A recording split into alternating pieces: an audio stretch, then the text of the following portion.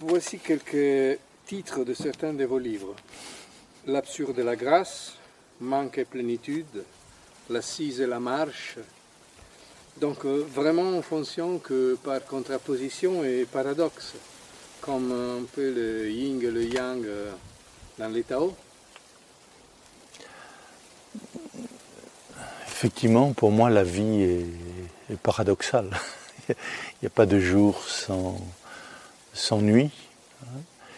Et chaque mot, je dirais, appelle son contraire. Il n'y a pas de blanc sans le noir. Et ça, c'est vrai que c'est l'approche taoïste, que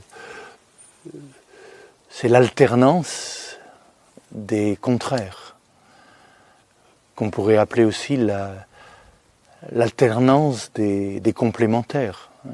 Le réel est fait de toutes ces contradictions.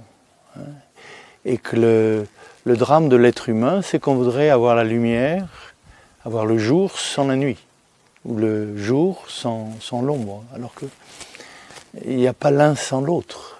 Le réel est paradoxal. Bon, je sens bien que ça va nous entraîner dans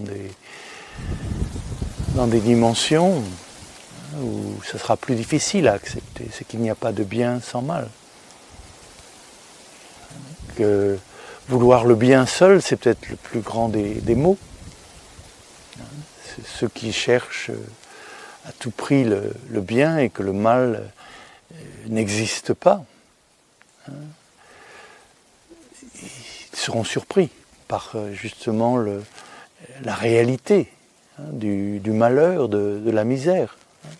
Il y a sans cesse cette alternance. Et comment ne pas le subir cela, mais comment épouser cette réalité paradoxale. La rose, encore une fois, si ce n'est pas une rose artificielle, elle nous offre ses couleurs, son parfum, mais aussi ses épines. Et une rose sans épines, ce n'est plus une rose, c'est une merveilleuse pivoine. Et que dans les épines, peut-être, se cache l'essence de la rose.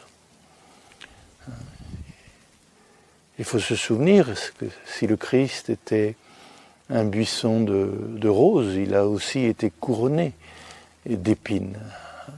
C'est-à-dire qu'il a accepté dans son être, dans son corps, non seulement la béatitude, mais aussi le déchirement, la douleur, l'injustice. Il n'a pas seulement assumé les beaux côtés de la vie humaine, mais aussi ce que cette vie humaine a de scandaleux, d'injuste, d'horrible, de méchant. Et il s'agit de tenir les deux ensemble. Donc c'est vrai que pour moi, l'absurde et la grâce, c'est une même réalité. Ce sont les deux côtés d'une même médaille. Et à certains moments de ma vie, effectivement, c'est le côté absurde qui est vécu. Et à d'autres moments, c'est la grâce. Et là, on revient de nouveau à notre buisson, au sans pourquoi de la douleur, ou de ma déchirure, ne peut répondre que le sans pourquoi de la rose, justement. Et c'est ce que Job va avoir à endurer. Parce que Job, c'est quelqu'un qui cherche le pourquoi. Pourquoi je souffre? Pourquoi je me retrouve seul? Pourquoi cette incompréhension de mes amis, de ma propre femme? Pourquoi? Pourquoi est-ce que cette injustice? Qu'est-ce que j'ai fait pour souffrir ainsi, pour être touché non seulement dans mon corps, c'est-à-dire là, ces ulcères dont on ne trouve pas la cause, et qui le grattent jour et nuit, mais aussi être ulcéré à l'intérieur, par toutes ces réflexions qui, au lieu de le consoler, l'exaspèrent. Tous ces gens qui prétendent posséder la vérité, posséder des explications. Et il les conduit il perd sa foi, il perd sa foi dans son bon Dieu. Et sa révolte face à l'incompréhensible, à l'injuste, on pourra dire qu'elle est légitime, jusqu'au moment où il accepte effectivement qu'il souffre sans pourquoi. Et que la réponse, alors que ça c'est le texte qui nous le dit, que la réponse de Dieu, on dirait que Dieu se moque de lui. Dieu lui parle de Béhémos, de Léviathan, de tous ces monstres marins. Il nous parle de la création, des plus lointaines étoiles. Il nous parle des profondeurs des abîmes, de tout ce qui existe. La rose est sans pourquoi, la création est sans pourquoi, le monde est sans pourquoi. Et là, Job va s'éveiller, justement, à travers cet anéantissement, je dirais, des explications positives ou négatives, l'explication par l'absurde ou l'explication par la grâce. Je crois qu'il faut dépasser l'un et l'autre. Tout est absurde et tout est grâce. Mais au-delà de tout est absurde et tout est grâce, tout est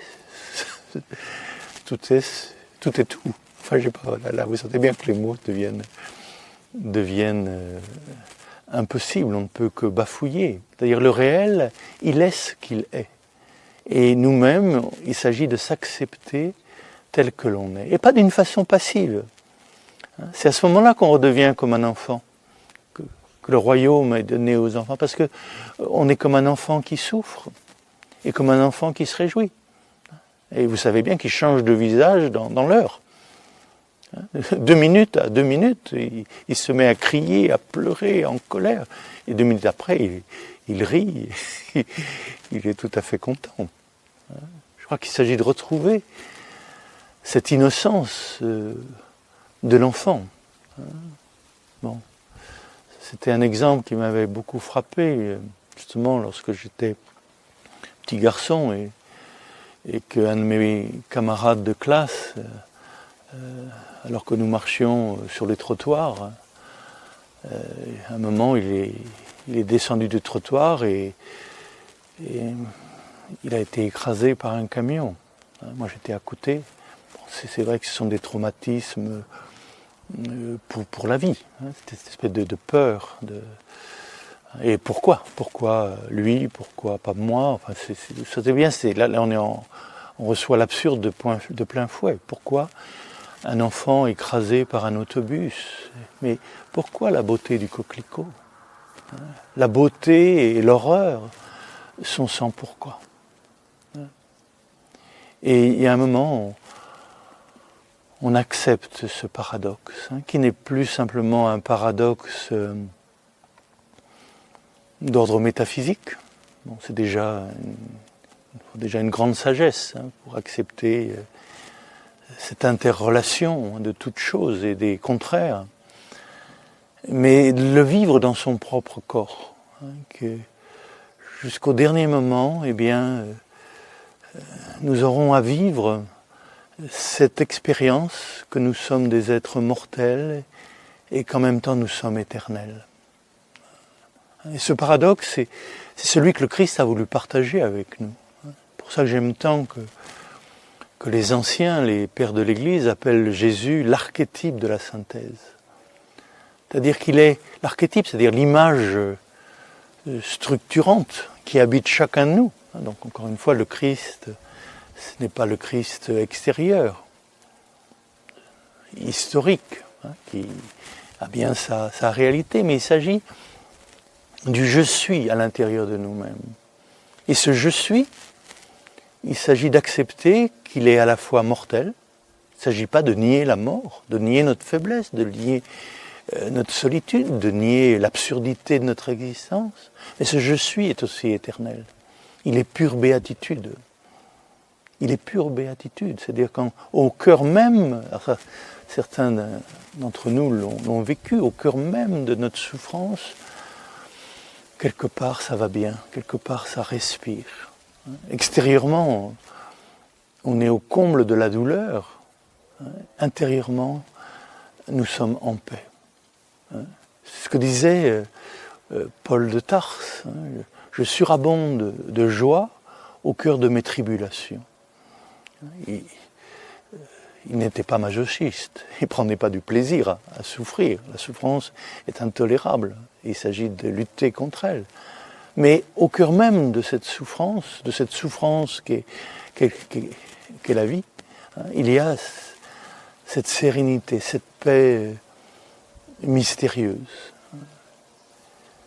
Et que le Christ lui-même a vécu au moment de la croix. Pourquoi m'as-tu abandonné?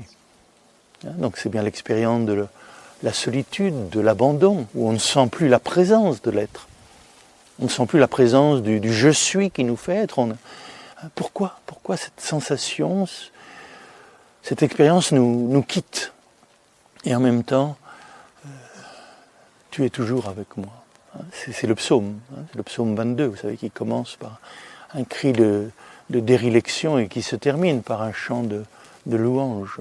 Que je te sente ou que je ne te sente pas, tu es toujours là. Et c'est au cœur même de la mort qu'il faut se souvenir de cela. Parce que qu'est-ce qui meurt ne peut mourir en nous que ce qui est mortel. Excusez-moi de dire de telle la palissade ne meurt que ce qui est mortel. Et qu'est-ce qui est mortel? Bien sûr, c'est mon corps, c'est mon psychisme, c'est mon moi. Mais la vie n'est pas mortelle. Elle était là avant moi, elle sera là après moi. La vie est éternelle. Et quand je dis la vie éternelle, c'est pas la vie après la mort. C'est la profondeur même de cette vie. Donc le paradoxe, c'est que en ce moment, eh bien, je suis comme l'océan, c'est-à-dire à la surface, j'écume. Il y a des vagues. Des vagues, bon, je vous dis pas à quel niveau ça se situe. Ça peut être dans la tête, ça peut être dans le corps. Des vagues de douleur. Ça peut être dans le cœur, des vagues de désespoir. Ça, c'est à la surface. Mais le fond de l'océan est toujours calme. Infiniment calme. C'est un abîme de calme. Et que souvent, c'est ça notre drame, c'est que le fond et la périphérie, le fond et la surface sont séparés.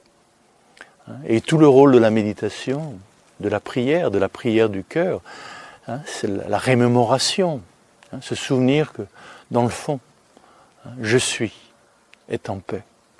Comme dans cette merveilleuse parabole de l'Évangile, où on voit les disciples dans la barque, emportés par la tempête, et Pierre va secouer le Christ qui dort au fond de la barque en disant Raboui, nous périssons et ça ne te fait rien, on va se noyer.